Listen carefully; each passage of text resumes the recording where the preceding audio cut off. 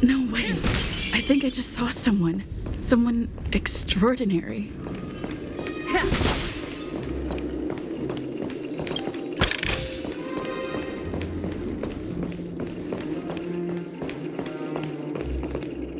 Please wait! My beautiful ladies. By the glorious light of beauty! I never thought I would see you again. In such turbulent times, your kind faces are as spring's gentle breeze, bringing solace to my scorched heart. Are you a knight of beauty?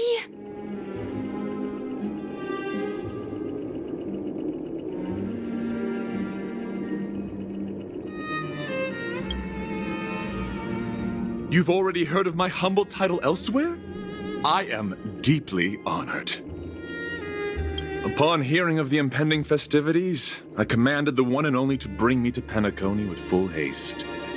Alas, in a cosmos unguarded by the beauty, disorder prevails. Thus my passage was delayed by tending to the sick and injured.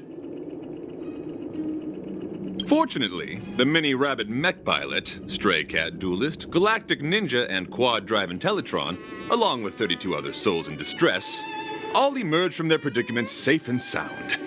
I then led them all here to revel in the harmony with the countless other splendid beings.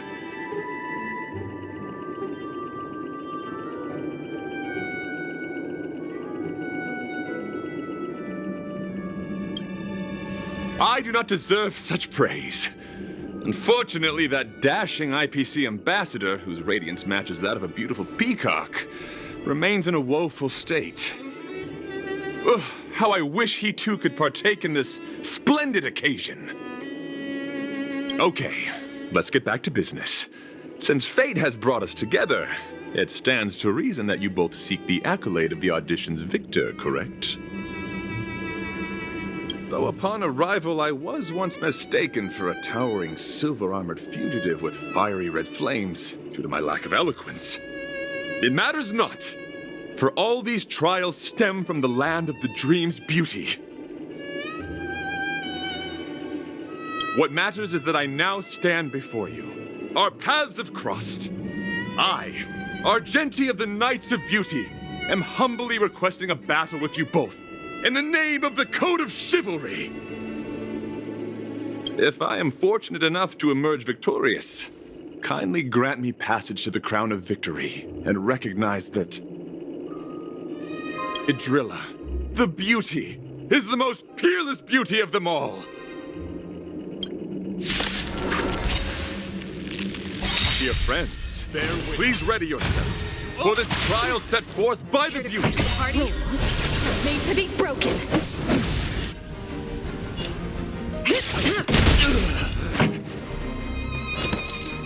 Turn it up.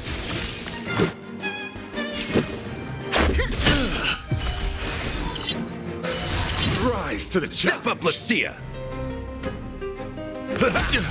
I'm just a frail scholar. To the flesh wound. Leadstein loyal. Put forth all your might. Just a scratch.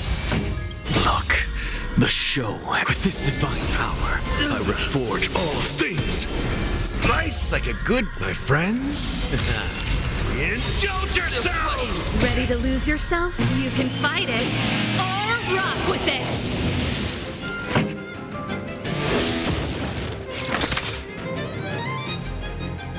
Insanity. To the soul. Your convictions, friends, are indeed ours. It's a pity. The laurels of victory belong to Idrilla.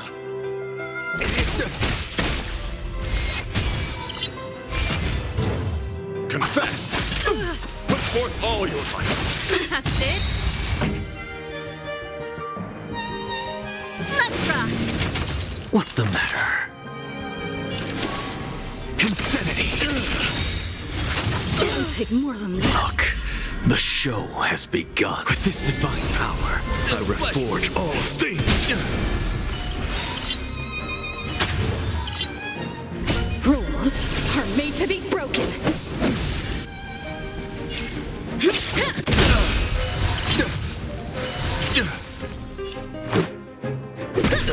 Step up, let's see ya. Rise to the... Put forth all your might. Just a scratch. I'm just a frail scholar. That's enough! I have come to grasp the sincerity of your cause. I yield.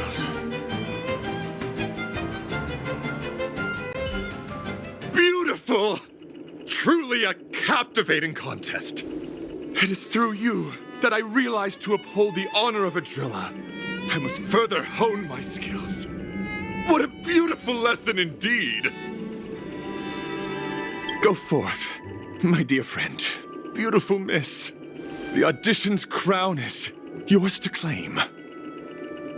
I shall remain here, gazing from afar as you bask in the limelight, joining the audience in offering you the most heartfelt cheers and applause.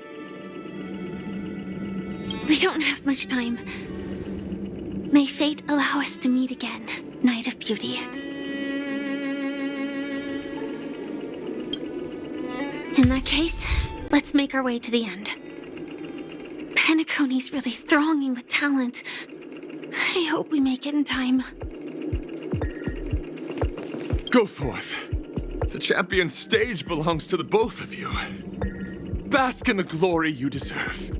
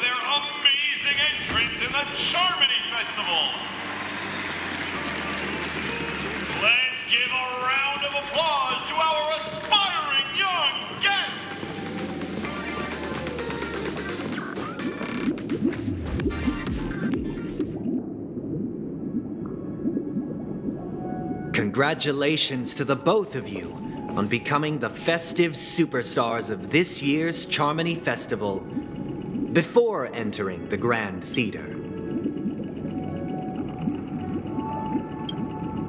I, on behalf of the organizers, extend my sincere congratulations to you, wishing you joy under their radiance.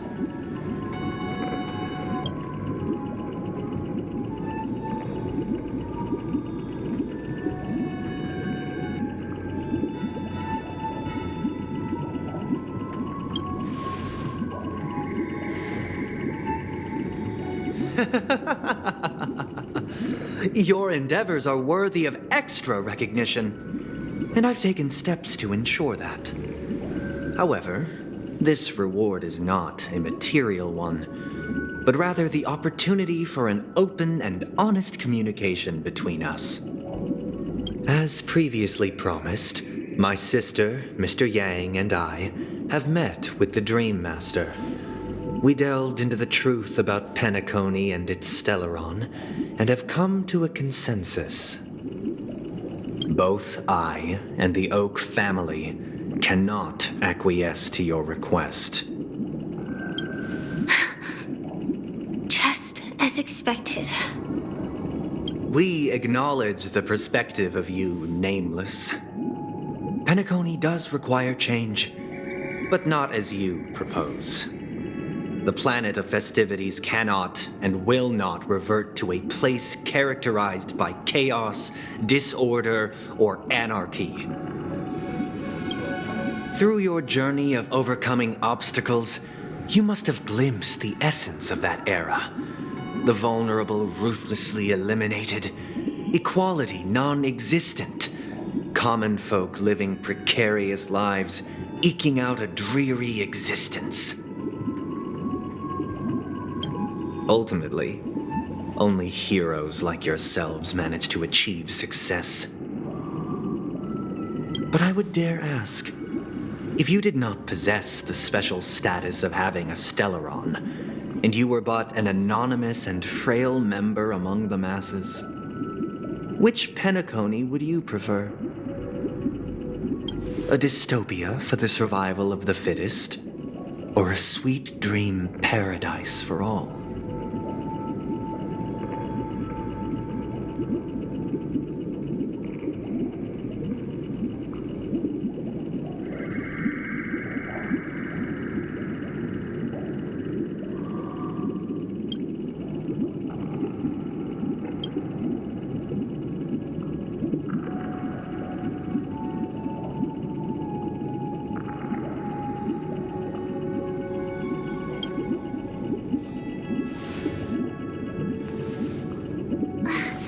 That's not the point! Don't let him mislead you! Mr. Sunday, even if the members of the Oak family can't fully agree on what to do about the Stellaron, now's not exactly the time to be holding an extensive discourse about Penacony's past and future, is it? The Stellaron issue concerns the life and death of everyone on Penacony. If anyone has a better suggestion, the crew is more than willing to listen. Also, it'd be best to tell us the ins and outs of that meeting. This way, we'll at least know what Welt and Miss Robin are dealing with, and the reason why they failed to make our appointment. Ah, Navigator. That is precisely my intention. With all present, let's begin by discussing the details of that meeting. Let's talk about our tribulations and choices, our ideals and beliefs, and our final course of action, the only path to take.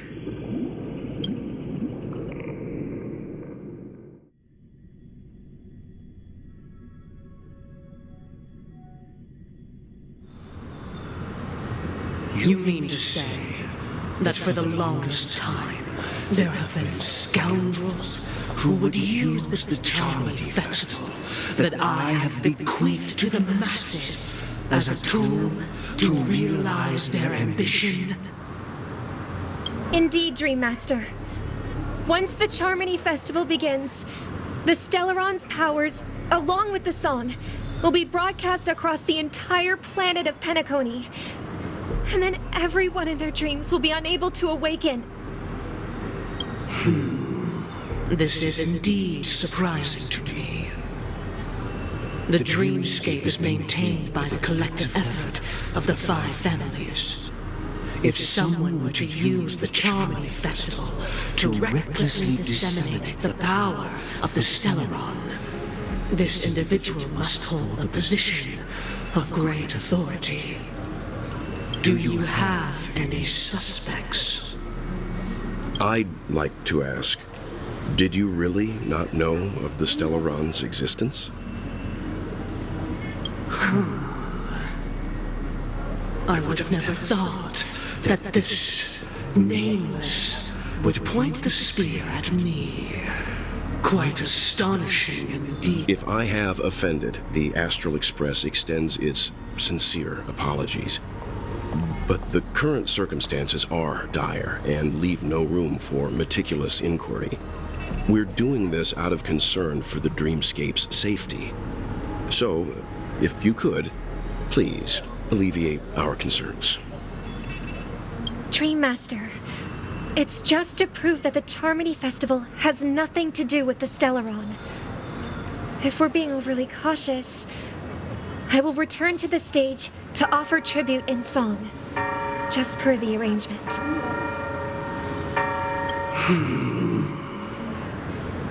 Sunday, Robin.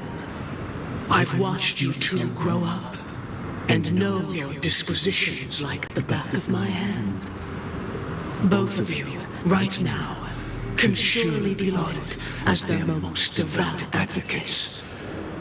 The magnitude of this matter is enormous and cannot be taken lightly. Since Mr. Yang has asked with such earnestness, I will personally respond in kind. If there is a need, the entire Oak family will be mobilized to heed your call. Sunday, might I ask you to beseech them to cast their light unto me, and question me in their stead, so that no lies may be concealed? I will do as you command. Robin, could I entrust you to be present as a witness, to document the truth, and to proclaim my innocence, so that all slander may be utterly dispelled? I will do as you command. May thy will be carried out on earth, just as it is in the heavens. Oh, triple-faced soul, please sear his tongue and palms with a hot iron, so that he will not be able to fabricate lies and make false vows. Let us begin. There is nothing else to prepare. Understood. Question. Have you devoted your life to your god, never worshipping other gods? Naturally. Do you love your god as you do yourself, always heeding their admonishments? Naturally. Have you strayed from the path expected by your god, betraying their name? Never. Have you ever been inordinate with your asks of your god, coveting more than the foundation of the creation itself? Never. Then, a final question. Do you swear to fulfill all vows, past, present, and future? With the Eon as my witness, if I do not deliver on my words, or if I renege on my vows, may I be cursed in accordance with divine law. They have seen your faith, and have endorsed your faith. With this, it can be evidenced. Just a moment. What is it, Mr. Yang? I have another question I hope to have answered. To my understanding, the family's harmony and prosperity have never relied on so-called divine laws. The god you both mentioned, are they truly Pt.4? Mr. Yang should know that those belonging to the family toil together as if they were kin, embracing solidarity and unity under their light. All duplicity is laid bare before the harmony. Such a delicate and complex symphony. Which other god could perfectly harmonize this, if not for the Great One, Pt.4? Perfectly harmonize. Therein lies the problem. It isn't an outsider lurking in the shadows who changed the harmony, but a dissonance that has surreptitiously emerged from within this very symphony itself. In the distant past, there existed an Eon, with One flick of the wrist, they crafted the laws of the cosmos. Their followers formed the Beyond the Sky Choir, spreading solemn and reverent hymns throughout the universe. Later, they fell. The route traversed by this eon clashed with the harmony, ultimately being absorbed and fused into it. The chorus that once reverberated across worlds fell silent, and when it echoed anew, it was transformed into the hymn of harmony. Though an eon may perish, paths with no masters still linger. In the all-forgiving harmony, echoes of bygone dissonance may subtly arise. Mr. Yang, being overly astute can be a detriment. Especially when you find yourself alone and without allies. So this is how it is. For the sake of our grand cause, Sunday, please afford these two an opportunity to rest. What?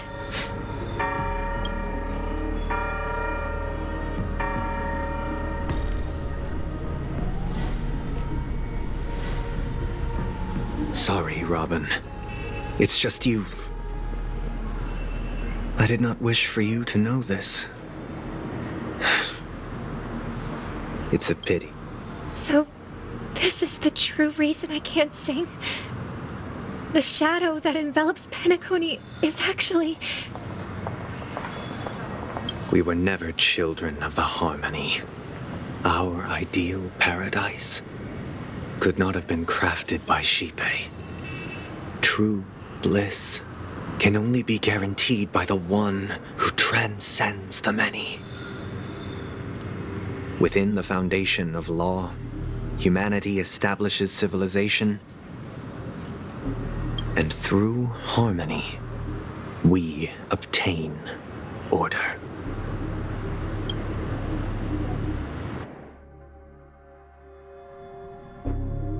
Unbelievable.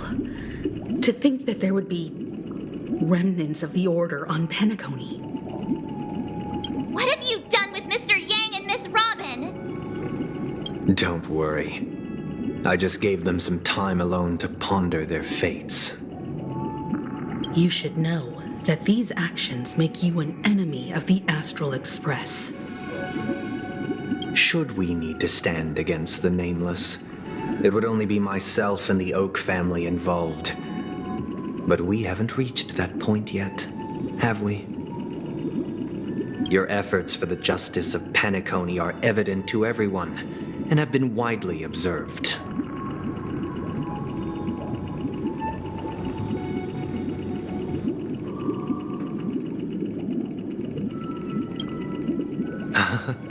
Patience is a virtue. However, I won't hold it against you. On the contrary, I'm here to make my intentions clear. If it is the Order that drove you to imprison Welt and Robin, and you're using them to coerce our compliance, then there'll be no point in entertaining any type of discussion. You're mistaken, Miss Himiko. They are in very safe hands, and just as the family has always proclaimed, no one can be harmed in the dreamscape, least of all in the beautiful new world belonging to the Order. Penacony and the entire universe have witnessed far too much innocent bloodshed. The strong wield their blades against the weak, and the victors push the vanquished to the brink of life. Natural selection. The world abides by this principle, establishing the well-being of humanity atop the corpses of the downtrodden. Only we, or rather, I, possess the power to put an end to this farce. So you've decided to resurrect a dead Eon? No one's ever done such a thing. If Miss Himiko is interested, let's draw back the veil and speak candidly. I've always firmly believed that people can understand one another through peaceful means. I'm willing to divulge the unembellished truth as to the intentions of the Order's Pathstriders, so that you will make better judgment for the Astral Express, for Penacony, and for this stretch of the universe. Words can hardly do justice to the beauty of that ideal. So, come with me, everyone. Let us retrace our steps and see once again where this road leads. Huh? Where'd he go? Welcome. This isn't any location in Penacony's dreamscape. It's my inner world. The reason the scenery before you remains unchanged is because your consciousness has drawn on similar concepts to fill in the gaps.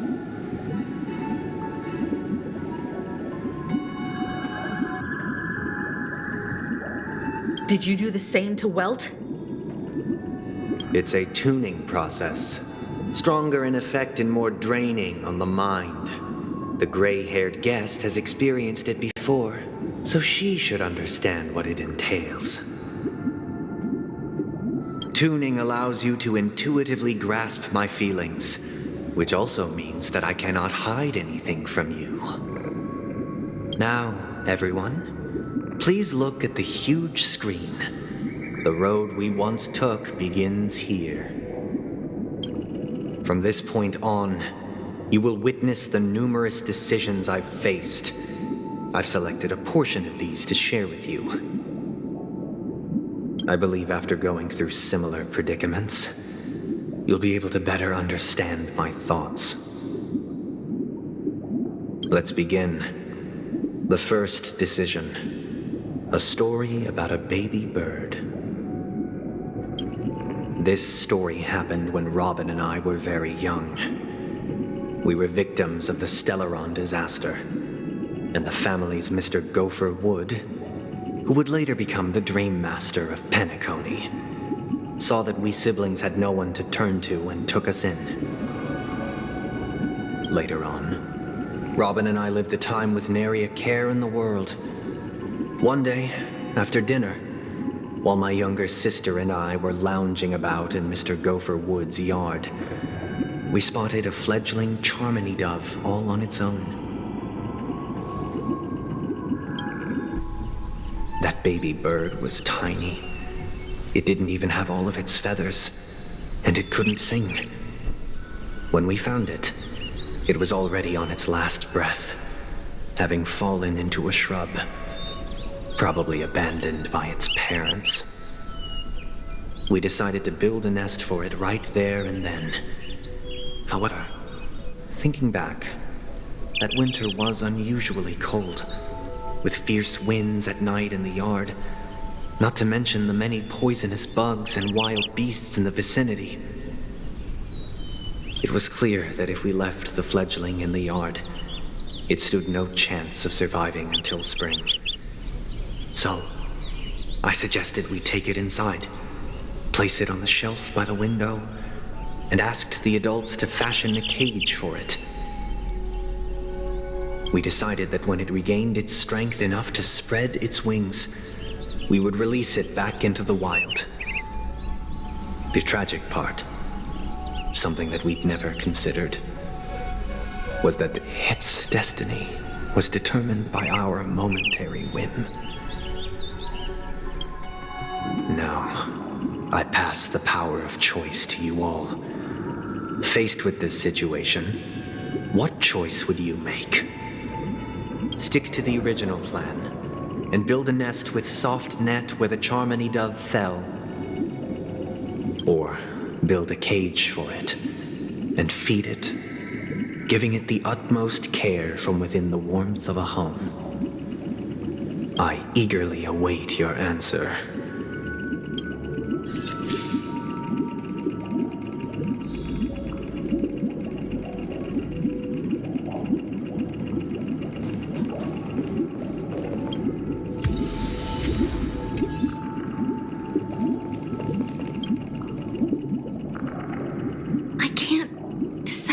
his intentions right now. But based solely on that question, I would probably choose to build that dove a cage. Even if I was gonna release it back into the sky, it'd have to be strong enough to fly first. If I left it where I found it, I fear it'd never get the chance to fly ever again.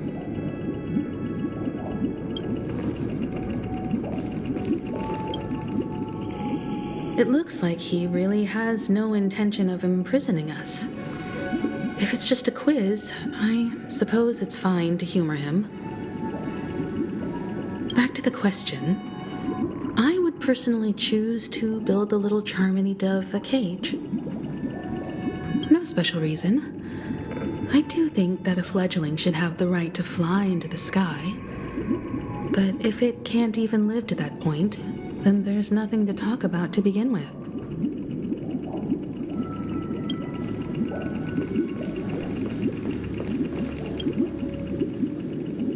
That guy just casually throws this kind of question at us? What exactly is his deal? But fine, I'll answer, I guess. If it were me, I guess I'd choose to build a cage for the little Charmony dove. After all, leaving it there, it's bound to get hurt by wild animals or something. And that'd just be too sad.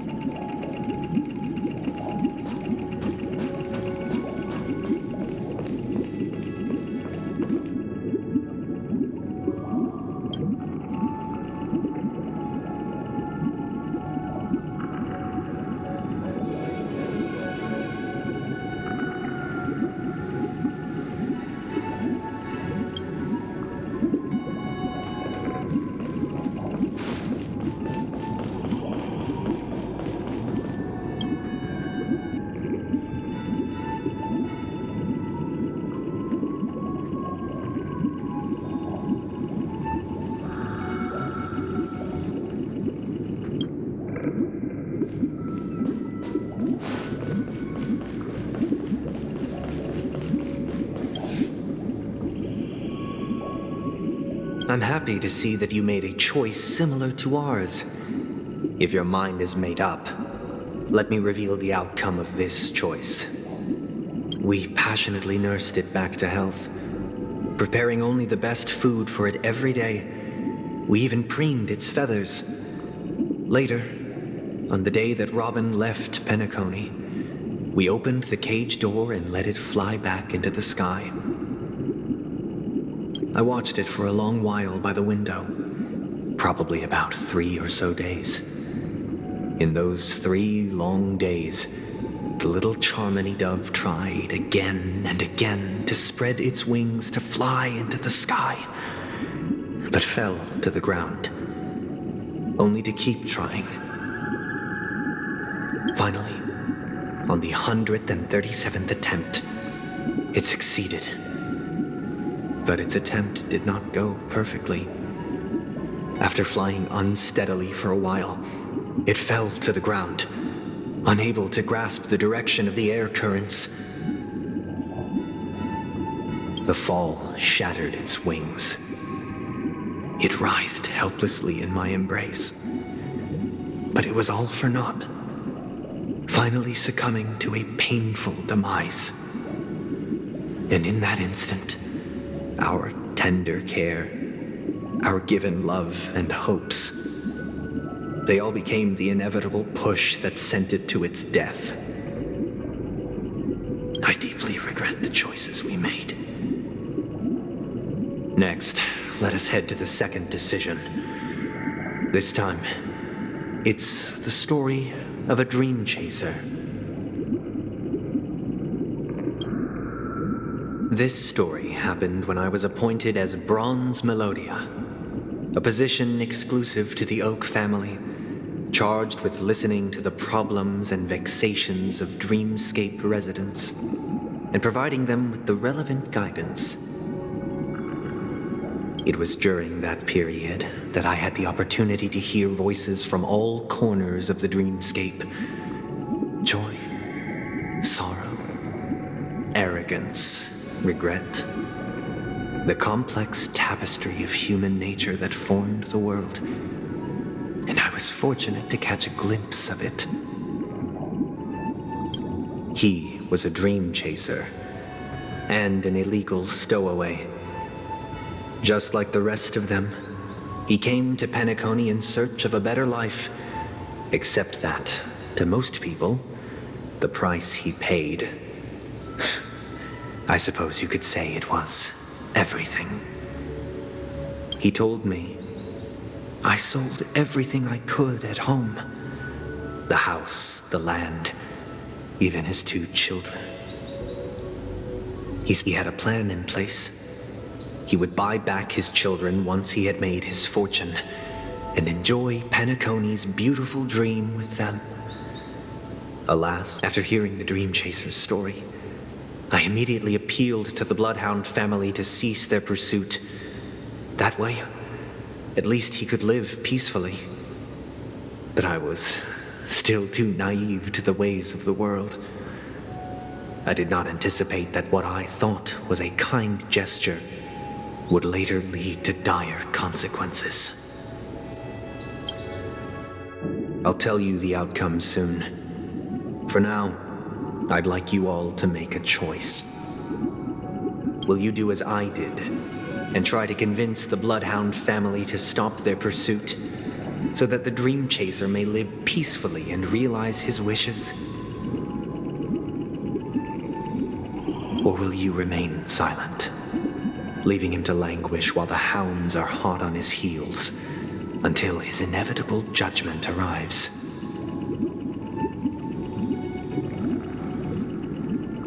I look forward to everyone's decisions. Who knows? Perhaps they might even alter the outcome of this tragedy.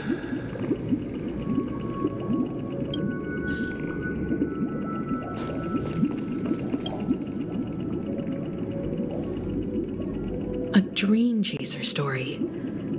If I acted out of kindness, I would probably ask the Bloodhounds to stop their pursuit and lend him a hand. But what cruel repercussion would this choice result in? I think Sunday must have been deeply impressed by the limitations of the strong defending the weak through this incident.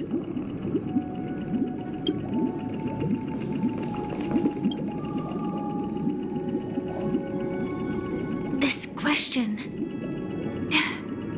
Surely it has some connection to the baby bird story. And this connection is precisely the breakthrough Sunday aims to use to persuade us. I'd probably choose to ask the Bloodhounds to cease their pursuit.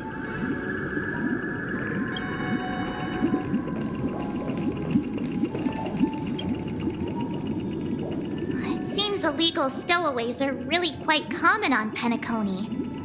But that guy in the story, I don't think he deserves any sympathy at all. He sold his kids to chase a dream. Even if he intended to go back for them, it's still insanely irresponsible. With that thought, there's only one choice. Let the Bloodhound send him back home. This person deserves to be punished.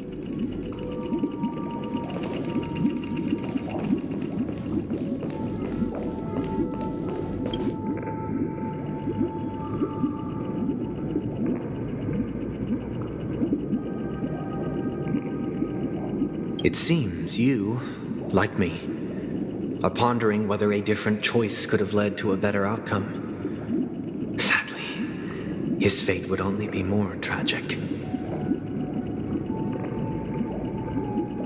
Say he never gets caught. He would only die from delirium. The methods with which illegal stowaways enter dreams are unorthodox, not flawless like the hotels. Living in the dreamscape would be a mere pipe dream. Should he be apprehended, could the hounds afford to turn a blind eye? The answer is a definitive no. They couldn't bear the resulting consequences, and thus wouldn't dare extend a helping hand. As to your choice, I once again offer my heartfelt apologies. Next comes the third and final decision. And the story this time is my own. This story happened the day I was appointed the Oak family head. At that time, Mr. Gopherwood was the current Dream Master, and as per his wish, we had a private conversation. What surprised me was that the Dream Master had only come to deliver a letter to me. He let me read its contents, and it was a letter from my sister. The letter contained the usual pleasantries, anecdotes from her travels, nothing out of the ordinary. Just as I started wondering how this letter related to our discussion, the Dream Master began to speak.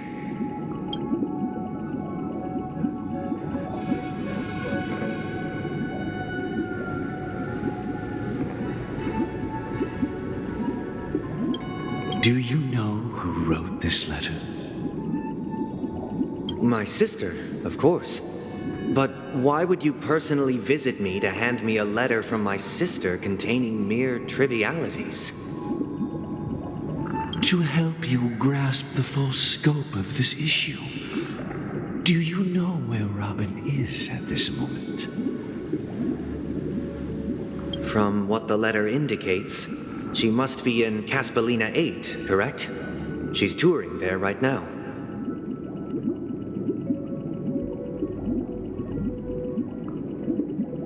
Correct. Has she mentioned anything about a stray bullet? A stray bullet? What? A war has broken out on that planet. It is because of this very reason that Robin chose this destination. To spread the word of the Harmony. And to save the lives of that planet. She personally made for the front lines. She hoped to ease the people's suffering with song, and was willing to brave mortal danger to deliver the IPC's medical supplies. Unfortunately, stray bullets show no such compassion. Is she all right? If the operation was successful, she should probably be recovering in the field hospital. By the eon above, the bullet struck her neck directly, yet possibly as a reward for her consistent deeds of harmony, it didn't hit any vital arteries. Once you've attended to your outstanding tasks, it'd be advisable to write her back as soon as possible. Those damned savages! I'll pack my bags right away. My gratitude for bringing this to my attention, Mr. Gopherwood. Now you understand why she always wears such elaborate neck ornaments, don't you? How could this happen? Miss Robin? It's all in the past, so please don't worry. I share this in the meager hope that you will understand the Harmony's limitations and predicament.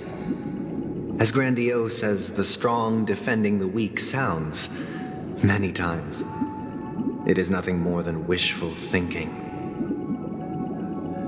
Likewise, I've prepared one last question, one last choice. But rest assured, this choice will not have any grave consequences. Because this is merely a figment of imagination, a nightmare that has haunted me through countless nights. If you ever had the opportunity to make a choice like I did, would you still support Robin's journey on the path of harmony?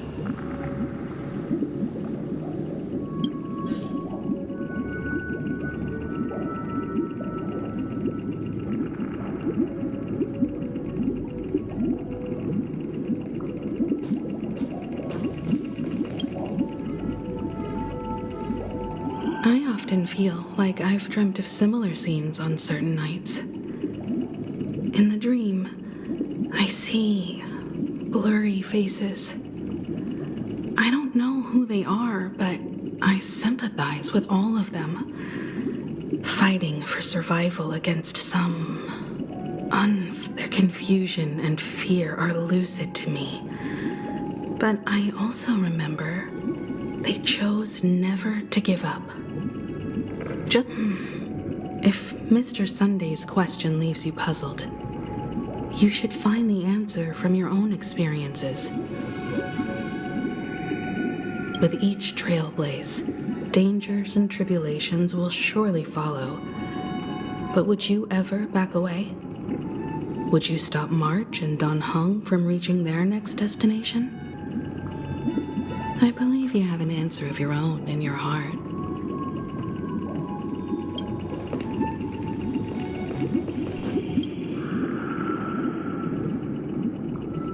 Miss Robin's courage is admirable. And here I was thinking she was just another superstar celebrity. But the fact that she's also Mr. Sunday's younger sister? No, I doubt he'd wish harm on his own flesh and blood, no matter how grand the ambition.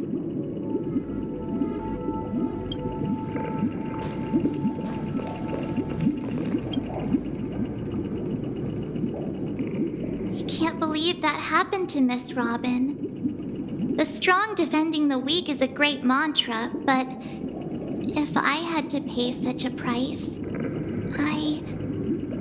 I don't know what I'd do.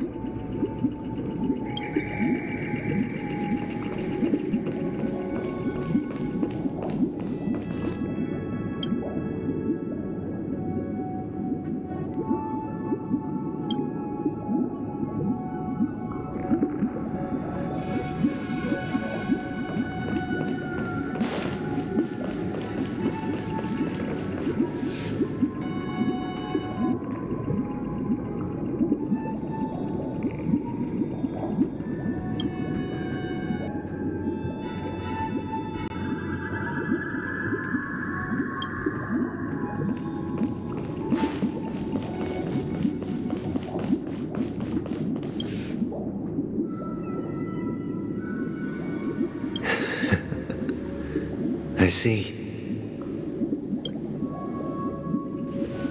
I am now aware of everyone's stances. Raising these questions merely serves to illustrate one point. The plight of Penacony cannot be salvaged by the harmony. The true foundation for a sweet dream paradise can only be established through the order where the strong govern the weak. I know the suffering of being tormented, the turmoil of losing your way, how sorrow and even despair set in when matters don't work out. All of this causes me unending pain, because this is not what happiness is at all. We must teach the weak how to live a happy life. And this life isn't some noble propriety that the upper crust preaches, but in definitive terms, a way of survival that belongs to everyone.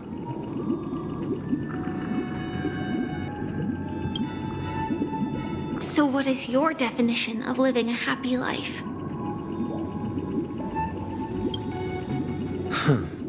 Good question. Human consciousness is fundamentally an illusion. A cage known as self-worth.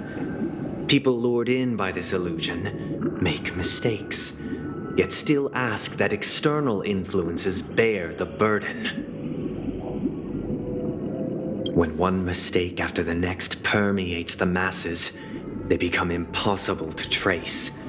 Thus, the amassing of these individual cages culminate to form a prison. A place dictated only by the rule of survival of the fittest. Nature is always accompanied by predation and sacrifice. Its antithesis is known as order. That is what I want to do. Unite people's happiness under the banner of order. They won't need to make bitter choices any longer, nor face the weaknesses of humanity. They can cast aside their primal instincts to build a haven for mankind.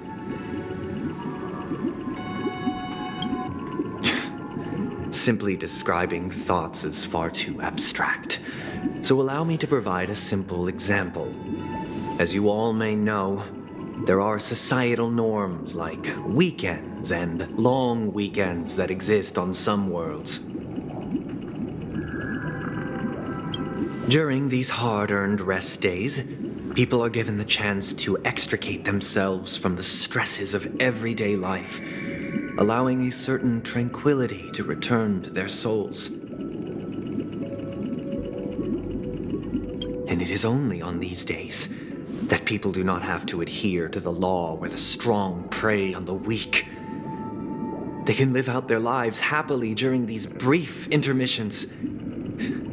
It's just a pity that 2 or 3 days are still too fleeting compared to the span of a lifetime. From where I stand, society's ideal system should be 7 rest days. Following Sunday, there should ensue a second, a third, and indeed an infinite procession of Sundays. This should be the face of the new world. Idyllic, eternal, peaceful days. And thus, every person can return to their base selves in this utopia. Some gaze in reverence at the stars, pouring their whole beings into calculating the distance between us and the isolated world of Pagana.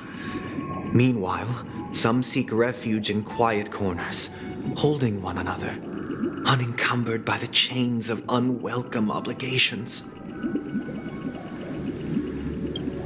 There would be no need to bear the hardships of reality. Only in this way can humanity face the inevitable end with the purest of spirit, living a life of dignity. This is what it is to live in bliss. Miss Firefly, you who are stricken with entropy loss syndrome, you of all would surely understand this.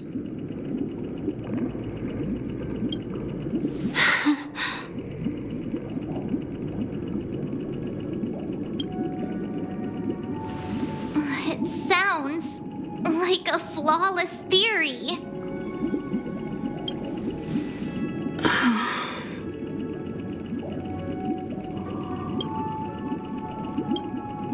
But what is the price to attain all this? The cost is minute, merely a personal and eternal sacrifice. If this paradise is to be maintained for everyone, someone must remain trapped in solitary awakening until the end of the cosmos.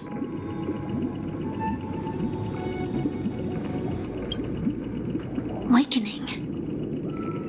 Which means that this so-called paradise is still a dream. Stepping into this paradise means forsaking reality, correct?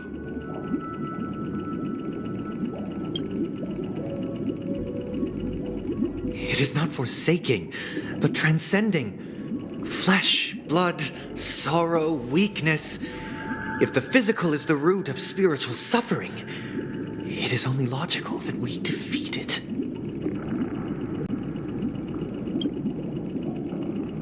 But in this supposed bliss, people won't have defeated their demons.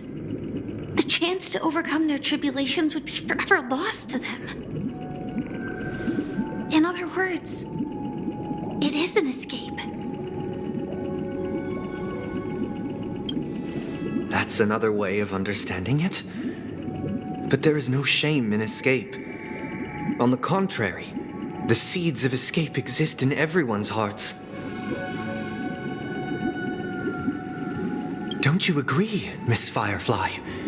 And as for why life slumbers, it is because we are afraid to awaken from our dreams. But this is not in conflict with the grand plan. Only in acknowledging this can we truly understand the frailty of human nature, and from there, show compassion and protection.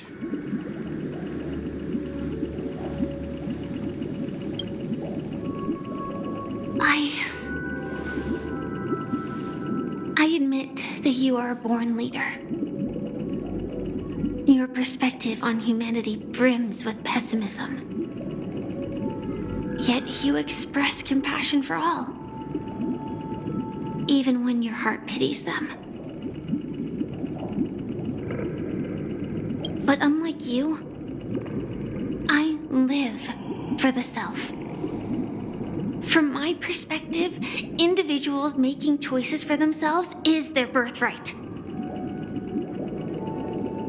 The want to escape may be innate in the weak. But whether they are weak or not, it is not up to another to decide. Perhaps in your mind, you also view me as weak?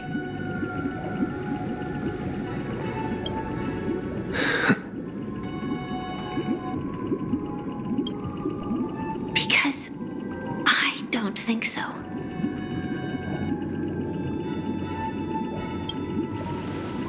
Since Miss Firefly has said her piece, the Astral Express will also naturally give you our answer. We'll leave it to you, just as Mr. McHale instructed before. Tell him our choice.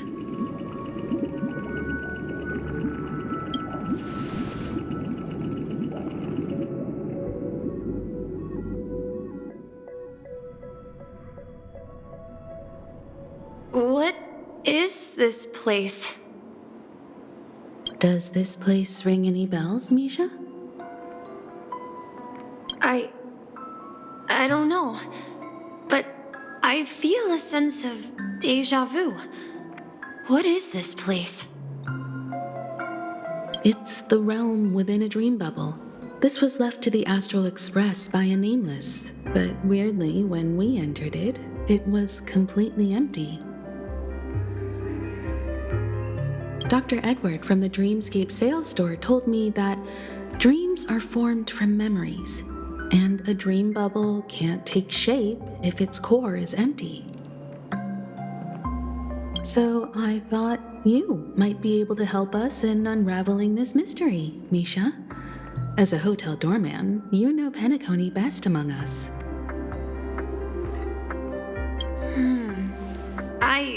I don't know much about dream bubbles, but if you want to figure out what this mansion is, I'll do my best.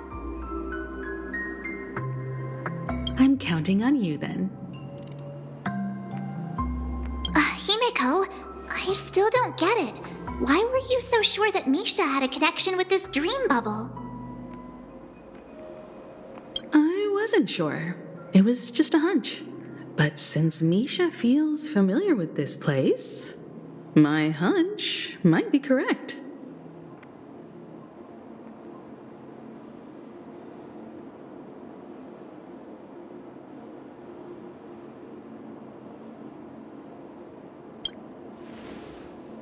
Exactly.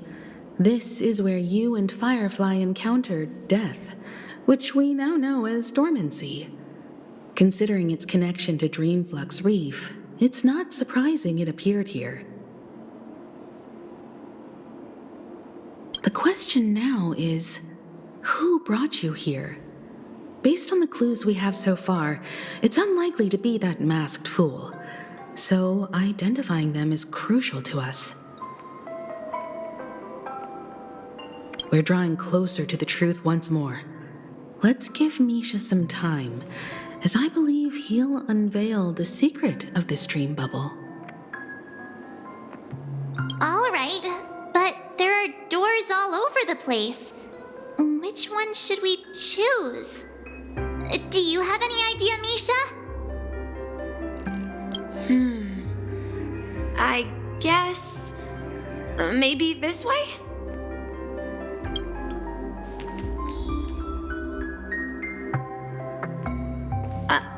I'm not entirely sure, but let's give it a try.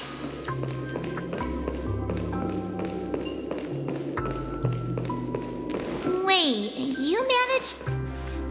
Weird. This place is quite different from the hotel. But I feel like I've been here before, and even lived here for a while. If I remember correctly, there should be a fireplace down that hallway. Clocky and I used to sit by the fire, listening to the crackling of firewood.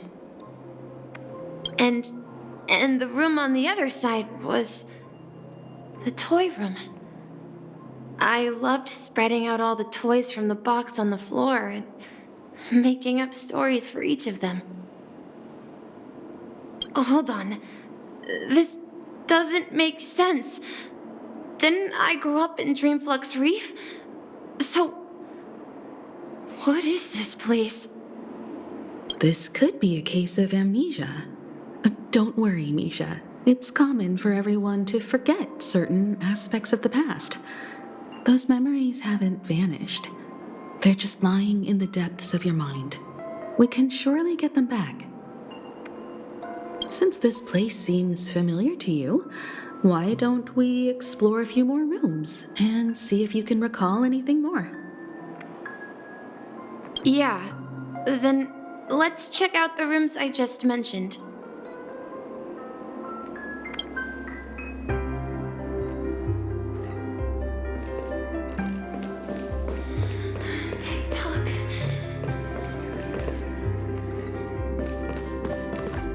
Mikhail, that's the name.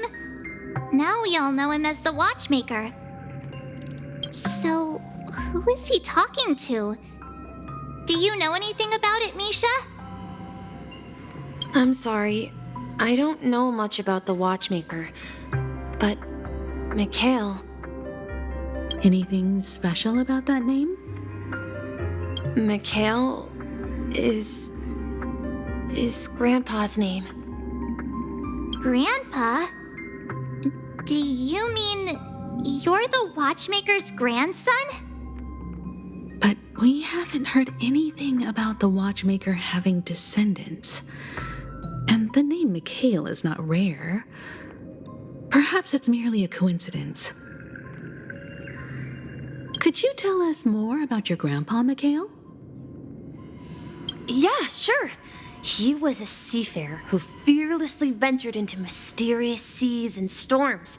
He was always on the sea and had lots of friends who accompanied him on his travels. He didn't want me to call him Grandpa because that would make him sound old. He believed he was still young. The name Mikhail was given to him by his parents, Mihaly and Elise, both renowned seafarers. Every time he came back, he'd share his logbook with me and tell me about his adventures at sea. I want to become a great adventurer, just like him. It appears that the seafarer has nothing to do with the Watchmaker. So, perhaps it's just a coincidence? So, where is your grandpa now? He went off on a new journey, and it's been quite a while since I last saw him. So, where has Clocky gone? Did he leave to protect Dreamville?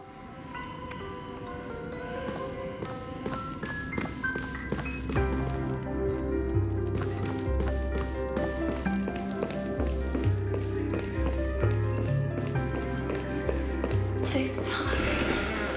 Tick-tock. I heard some noises from the room. Origami Bird? That's a friend of mine. You and Origami Bird are friends? Yeah. It's a member of the Compass crew, just like Clocky and Miss Mirror. And there's more than just one Origami Bird. They are a big family with lots of brothers and sisters who look the same. They follow Miss Mirror's orders and handle all sorts of jobs on the ship. They're the best sailors. Sailors? Can origami birds be sailors? Could you tell us more about the compass, Misha? The compass is a ship bound for the new world. Clarky and his partners travel through layers of fog to the depths of the sea. Whenever there is danger, Clarky will use a compass and guide the ship in the right direction. That's a great story. But in the Penacony cartoon, Clocky and his partners have always lived in Dreamville and never ventured out, right? Huh? Oh, that does seem to be the case. Weird. I clearly remember Clocky arrived in the New World in the end. Perhaps Clocky has a hidden past. I think I hear the sound of water. You once mentioned there's a magnificent fountain up ahead.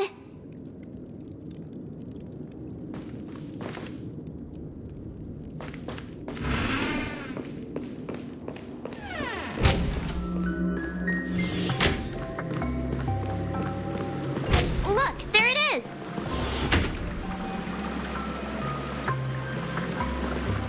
The water resembles a precious jewel embedded in the dreams of all seafarers.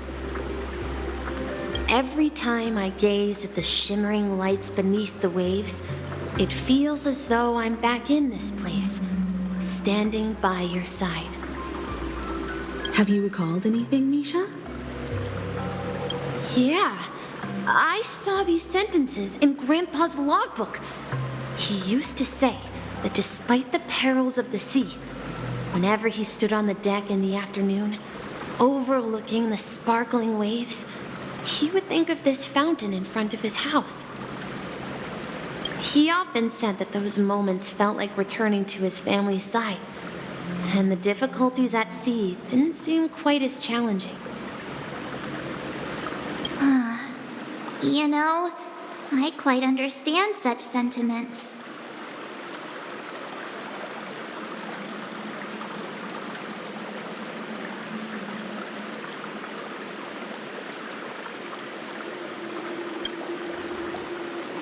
I'm not an elder. I was just being a bit sentimental. Perhaps every adventurer far from home carries a fountain within their soul.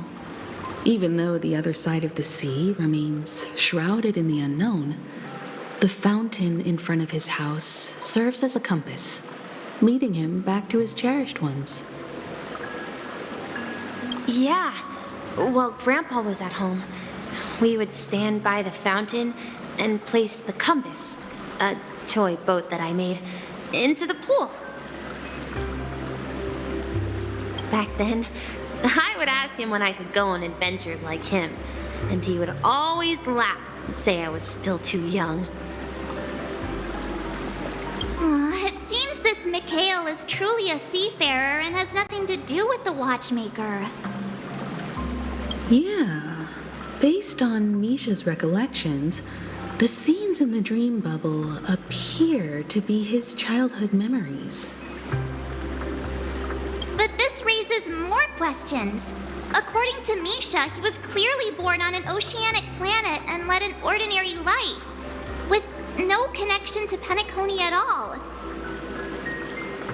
Could this be some sort of metaphor?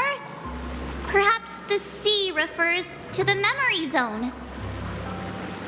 I'm sorry. I don't know, but my memories keep pouring out uncontrollably, like water flowing from a fountain. Perhaps I'll remember more things if we go further. Share your burden.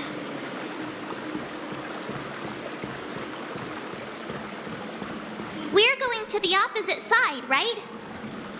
No, we should turn left here.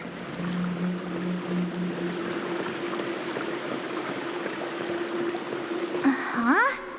Something feels different about this place. This is it. I remember this corridor. Up ahead is Grandpa's study. It was in that room that I saw him the last time. We are now heading right to the destination. Is our destination.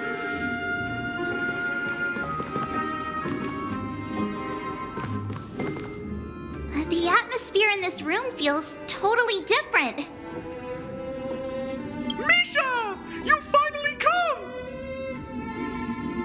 Clocky, you're here! Huh. Yeah. This is the room where we first met each other. Are those books on the bookshelf logbooks left behind by that seafarer? Yeah.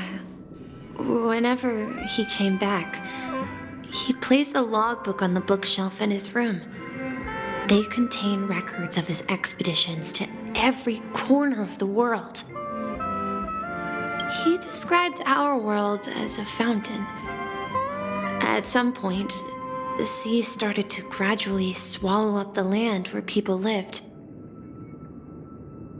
To ensure that everyone had land to settle on, he had to continue exploring the sea and search for the source of the rising seawater. On that day, he called me to his study, telling me that he was embarking on another journey. However, I could sense the gravity in his expression. It was the same look I had seen on my father's face before his final voyage. I asked him if I could go with him, but he said that my adventure lay elsewhere and told me to stay home and patiently await a certain sound at the door. What sound? He told me about a vast ocean in the sky. An ocean of stars. He spoke of a train that transports children with a desire to venture far away, traversing the sea of stars without ever stopping. He said that he knew the crew on the train, and that he had asked them to take me along.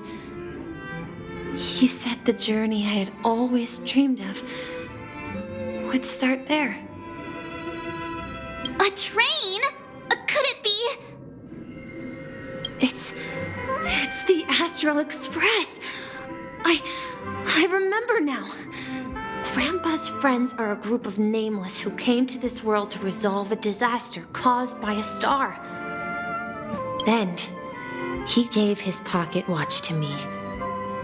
It was his cherished treasure, appearing in every one of his adventure tales. He explained that difficult times were ahead, but assured me that the watch would guide me. He said, as long as I kept moving forward, I'd eventually reach my desired destination. And then, it was as if I heard the distant sound of a train whistle echoing throughout the room. Exactly, Misha! And then we followed that whistle, didn't we? Yeah. I think I can still find the way we took back then.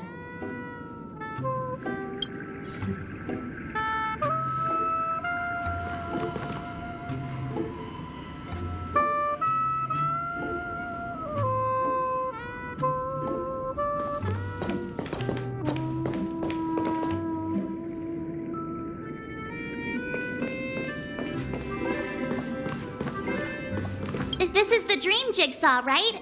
So we're supposed to find the exit. But where can we find the last piece? Do you remember? You said you obtained a mysterious shard when you stumbled into this place. Hey, the shape seems to match. So this shard is also connected to Misha? Looks like we're just one step from revealing the truth. Let's get to the other side and investigate.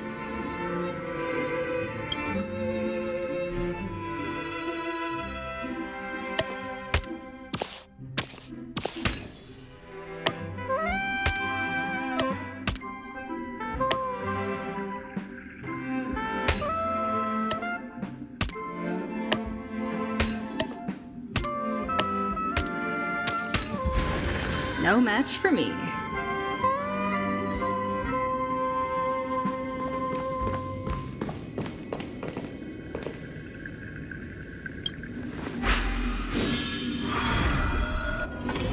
This is it. This is my room of clocks. While I spent my time waiting for Grandpa to return from his voyage, Walter gave me this workshop, and it became my secret base.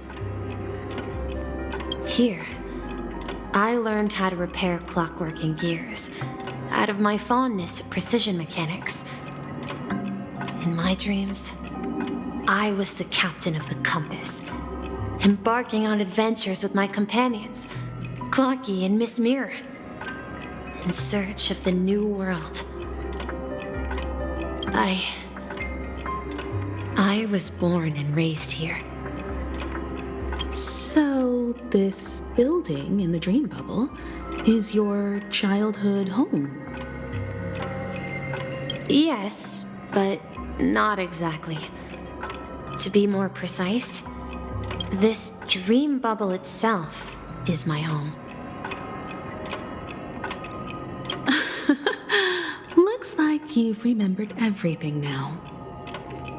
Wait. Why does it feel like everyone else knows something I don't?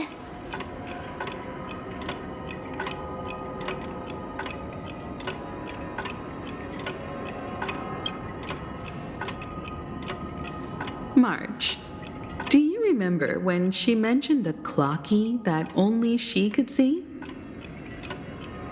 Yeah, the little guy here, right? But we all saw him in Dreamflux Reef, right? And Mr. Yang even greeted him. Looks like everyone on the Astral Express has a childlike spirit. The answer lies in the Astral Express. Her experience shows that neither Firefly nor Acheron can see this clocky. And when we were in Dreamflux Reef, you may have noticed that for some reason, nobody outside of the crew had ever talked with Clocky.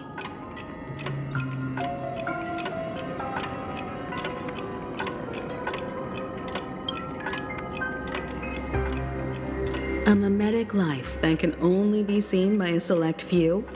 It's just like a hidden message left by someone for the nameless. But Misha can see Clocky too, right?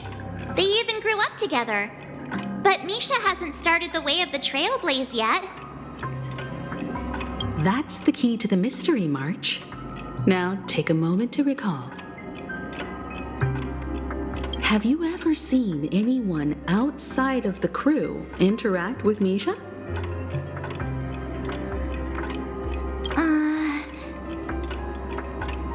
Wait. No way! That's the answer, March 7th. This dream bubble is the place where I was born. And I'm a dweller in this dream. Just like a memory zone meme. I should have stayed here and waited for you. But when reality and memories merged, I unconsciously pushed open that door and left the bubble with Clocky. So it's not that the Watchmaker's dream bubble is empty, but rather the stuff inside ran away? And the whistle you heard was the sound of the Express arriving at Penacony? That's one way to see it, but I believe there's a longer story behind all this. It's best for Misha himself to explain all the details. How about we start with your name? Now, should we call you Misha, or... Thank you all for helping me rediscover my true self. Now, please allow me to reintroduce myself. I was born on Lushaka, in the Presmere system, adopted by seafarers Mikhail and Char. They gave me a treasure, a name that carried their hopes. Mikhail Char Legwork, or simply, Misha. If you prefer, you can call me by a more familiar name, the Watchmaker. So, you're the Watchmaker himself? Unfortunately, that legendary figure is no more. I am only a reflection of his life. As for the child who has been with you, he's the innocent protagonist of Misha's childhood dream. A friend of Clocky, a young apprentice, and a future mechanic on the Express. And this also marks the beginning of his journey, devoted to the Trailblaze. At the end of the journey, I left this little flame, which I so cherished, in my deepest dreams, hoping to pass it. However, he somehow left the dream bubble and forgot all about his task. I apologize for all the confusion this caused. Because he was born with a desire to trailblaze, wasn't he? I don't think Misha has forgotten his role as a guide. He remembered it, and that's why he mistakenly appeared as a hotel doorman in her dream from the very beginning. The one who brought our unconscious friend here must have been Misha. If that's the case, we encountered the Watchmaker's legacy from the beginning, didn't we? Well, I have a sarcastic friend who says I always take big detours and end up back where I started. Perhaps that's what every nameless has to go through. But in the end, you found me. I'm sure you're all wondering what my legacy is. I believe my hound has mentioned the Stellaron and my wealth. If I may apologize, the Stellaron part is real. As for my wealth, however, it's nothing more than a baseless rumor. I left my homeland as a child and embarked on the journey of Trailblaze.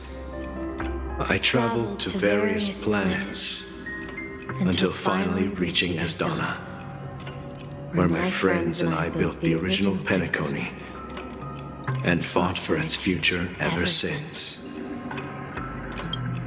I've been moving forward all my life, doing what I could to overcome the obstacles in my path.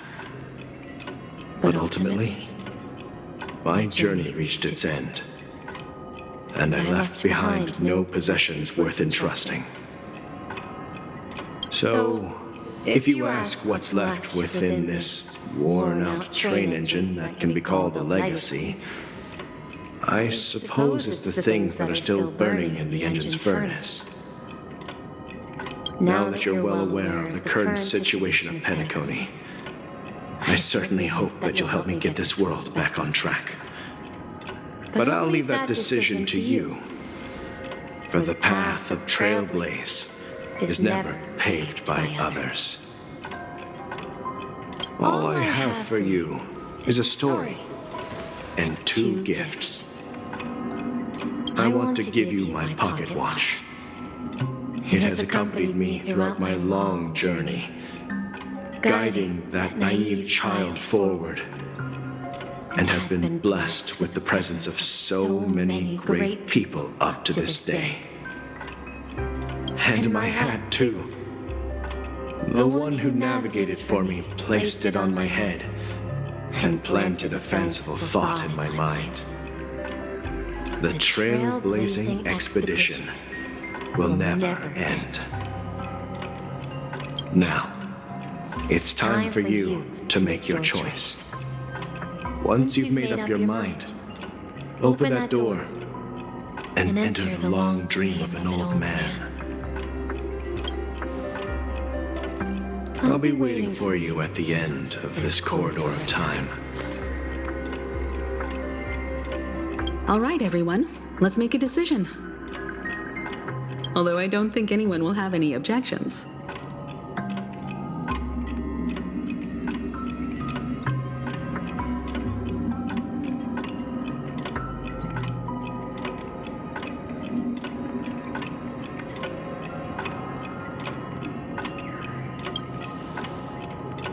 Of course.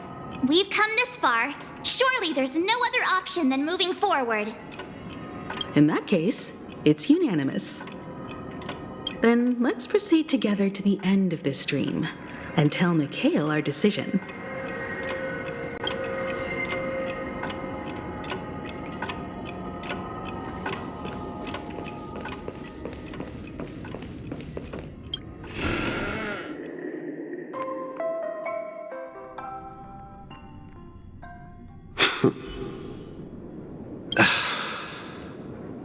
Mikhail, where are you going?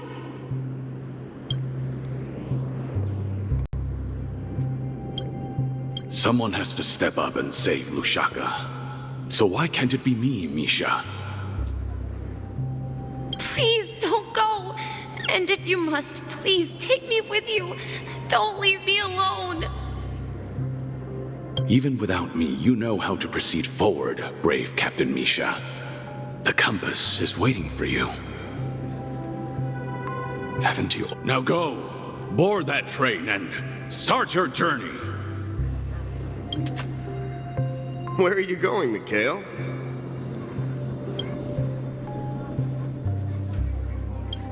I'm going to clean the floor in the parlor car.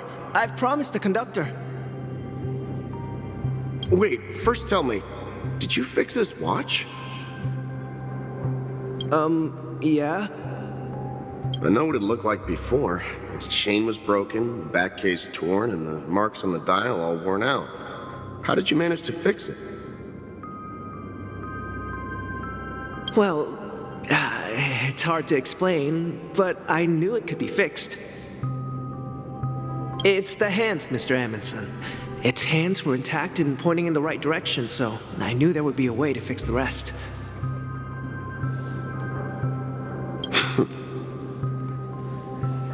I see. You'll work with me from now on. Haven't you always wanted to tinker with this train? You're its mechanic now. As for the conductor, I'll do the talking.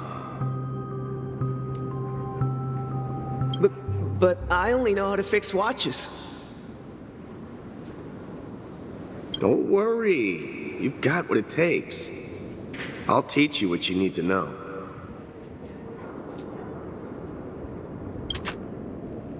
Where are you going, legwork? It's time to head to our next stop.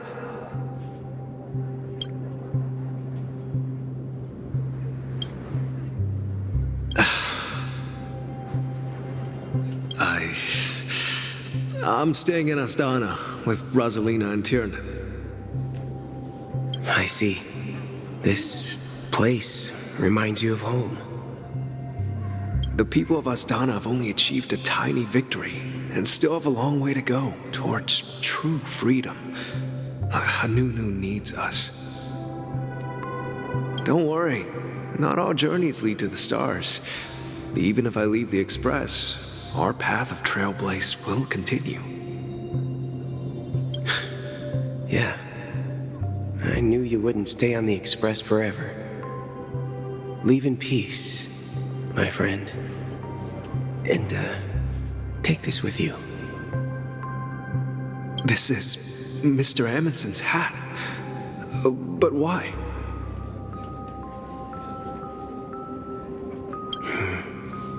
When he departed, he said he would leave it to his best student. Well, I suppose the time has come. Farewell, legwork. Take care of Tiernan and Rosalina. And don't forget to write to us.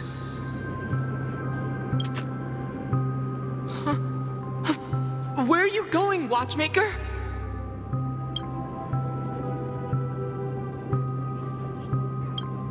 Don't worry, Micah. Just going on a little trip. Someone has to be at the forefront of the interstellar frontier, and I'm the only former nameless in Penacony. So why can't it be me? Because you're all we have! Have you forgotten about Tiernan?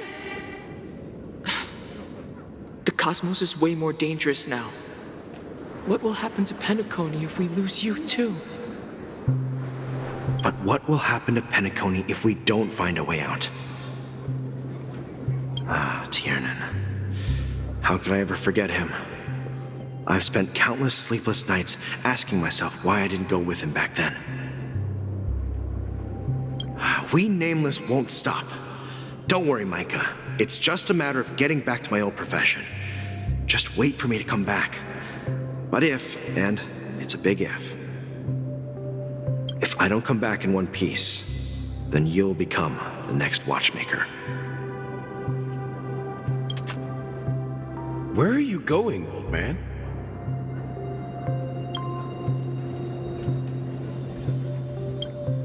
Oh, you're here. Answer my question. What are you up to? Relax, Gallagher. I just came up with a great idea. Wanna hear it? Oh, come on. Aren't all your ideas just ways to get yourself killed? I may be blunt here, but you're the last remaining hero in Penacony. If you die too, the secret of the Stellaron will go to the grave with you.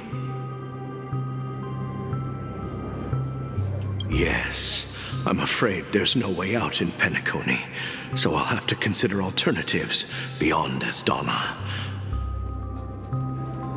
We'll organize a festival using the Watchmaker's legacy as a facade and send invitations to the entire cosmos to gather people here.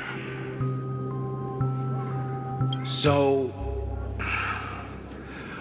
a desperate struggle against the family? Desperate? Don't we have you here, my friend?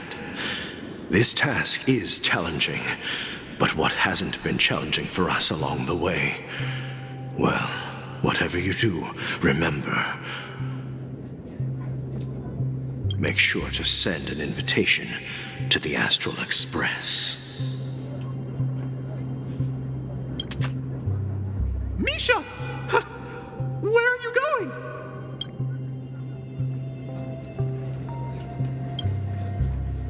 Oh, it's you, Clocky. Take me to Dreamflux Reef. Last night, I had a long dream about the day we met. I want to write down that dream. Write it down? Why? Oh, so I won't forget it. Do you remember how you got your name, Clocky? Of course! You told me that when you were a kid, you lived in a room full of clocks. Those wall clocks and pocket watches grew up with you and were your best friends. Yes, but what I didn't mention was there's a funny misunderstanding behind it. I was a kid, and there was always a special pocket watch in my memories. It was with my grandpa, guiding him on his sea voyages and leading the way in his every adventure story. I wanted to have a pocket watch like that too. And that's when you appeared in my dreams. Yeah. Every night, we boarded the compass and set sail together. But you know what? It wasn't until the day my grandpa gave it to me that I realized it wasn't a pocket watch at all. It was a compass. So, your name should have been Compassy. And the watchmaker is just a nameless. We've arrived at Dreamflux Reef. So, where to next? You know, Clocky, I don't think I'll be going anywhere else.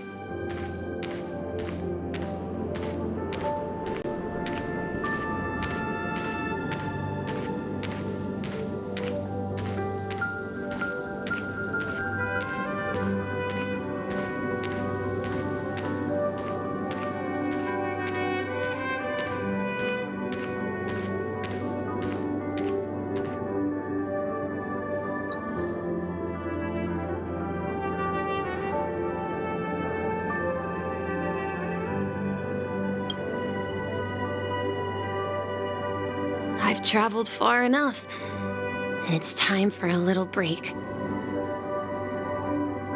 Oh. So, we'll set out again when you're rested? No, I'll stay here. And then, this is where it ends. This is where it ends? What do you mean, Misha? You told me that the trailblazing expedition would never end. Yeah, that's what I said. So now, it's up to you to decide your next destination. My next destination? What's that supposed to be? I've been following you. Misha? You're acting weird today. If you're feeling down, we can just do what we usually do. With the clockwork. No, I'm not feeling down. As for clockwork, yeah, it resolves all problems in this dream.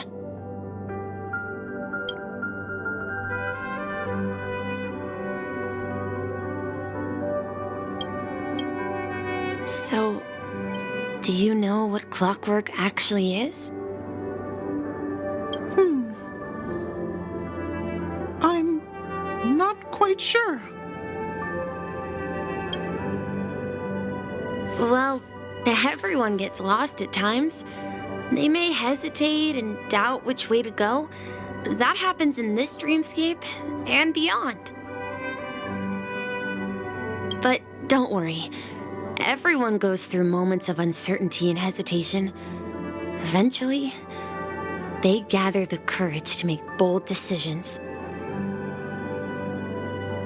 Whether it's calming, happy, angry, or sad, all they need is a little nudge to take that step toward where they truly belong.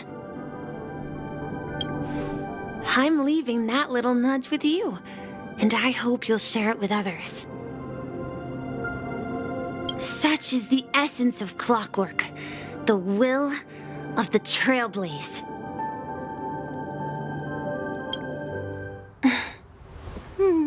Clocky's hands spin around non-stop,